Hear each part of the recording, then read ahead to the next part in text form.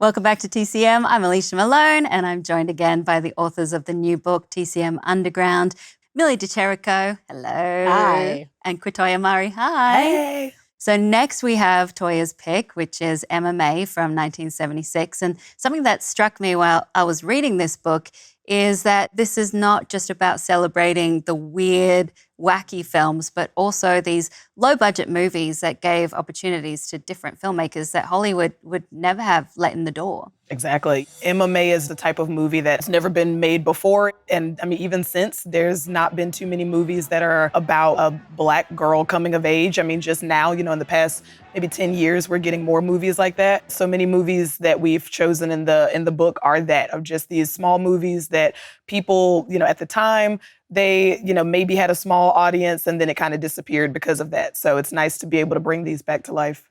This is directed by Jamar Fanaka, and he was part of what's been called the LA Rebellion. Can you give us just a quick overview, Toya, of what that means?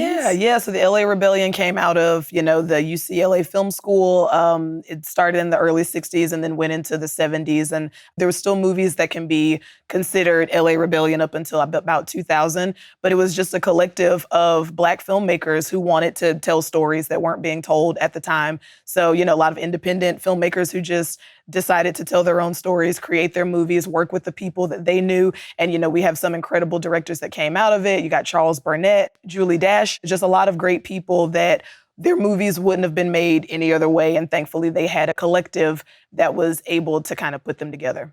And as you mentioned, this is a fish out of water story. It's also a coming of age story. You also write that it's a Black female empowerment story. So Millie, this is where these films can afford to be a bit more experimental with their low budgets. Right. And this film, I think, was initially touted as a Blaxploitation movie, but to me, it feels more like a slice of life film. It feels like more like just an independent film. And, there's a place for that at Underground for sure.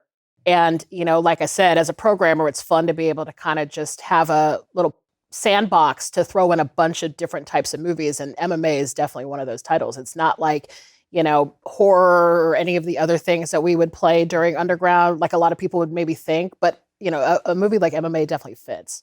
Yeah, and it stars Jerry Hayes, who plays the title character, coming from Mississippi to Compton. And this was the only film that she made. Unfortunately, it was the only film she ever made. And I think it's such a shame because she's absolutely incredible. She just shines on camera. She has that, Southern charm and, this small girl going into a big world. And, I'm from the South. I grew up, a very similar, setting as she did. I didn't have family in LA or anything, but just seeing a movie that reflects that reflects this, this is my mom's era when my mom was kind of coming to. So it's really cool to watch a movie where, I can look at pictures of my mom and my dad when they were in the 70s and how cool they looked, but to actually see like, oh, cool. So this is what they were probably doing at parties and this is probably the wild stuff that they got into. So it's really nice to have a movie that reflects that. And it's very rare for a film to capture that. And she has a great character arc. She has an amazing character arc. This woman being completely doubted by everybody around her. She's self-assured in herself, and it's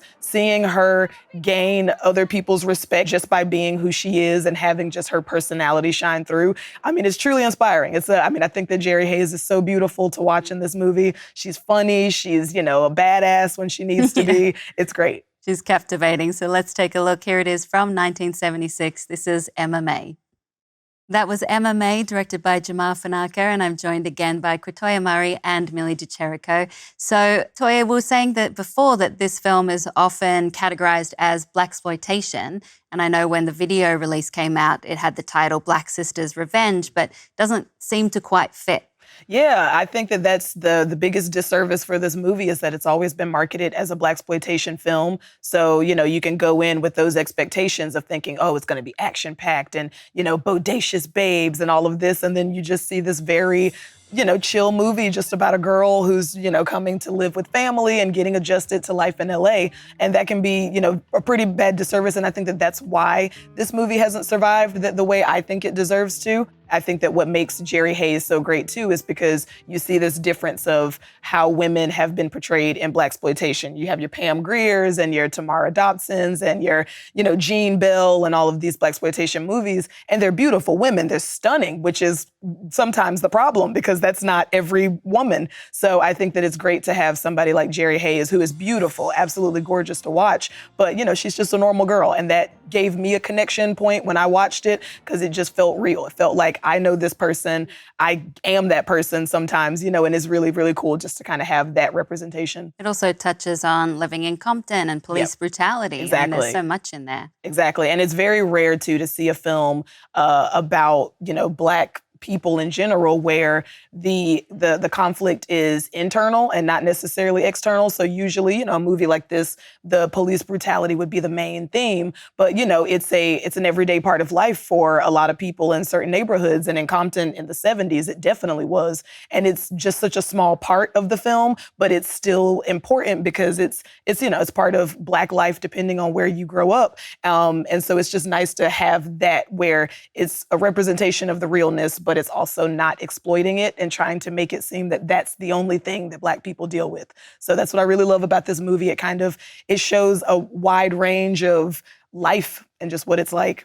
And again, the joy of this book is the fact that we get to discover all these films, sometimes for the first time. So, Millie, give us some other examples of what people can expect in this book, TCM Underground. Well, like I said, Underground has always been this repository for different types of kind of late night film. And I feel like Toya and I, had that in mind, obviously, when we were picking our films to write about. And so it can be anything from Blackula to Ladies and Gentlemen, The Fabulous Stains. We're trying to get a good spread, I would say.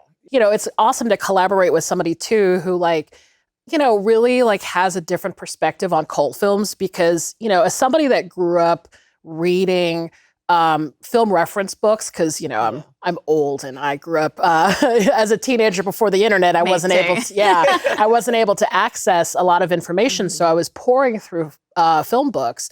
And a lot of cult movie books were written, by white men. And so, they've made their choices. So it's cool to have your perspective, especially with a movie like Emma Mae, just knowing that it was so personal to you. And then just looking at your selections, knowing that they were important to you was so cool. And now you've written a book that people will thumb through and be able to try to seek out these movies wherever they can. Exactly. Now we have our own, book that is the film reference, and I think it's very reflective of, changing times, and of just the variety of differences that people have, the variety of perspectives that are out there. So I think this will be a great book for people to discover movies that haven't really been talked about in some of those books before. Well, Quatoyiah Murry and Millie Chirico, thank you so much for being with me on TCM tonight. Thank you. We have another gem coming up next. Oh, we do. A very interesting 1988 film that I'd never seen before, but just stay with us. You'll experience it after the break.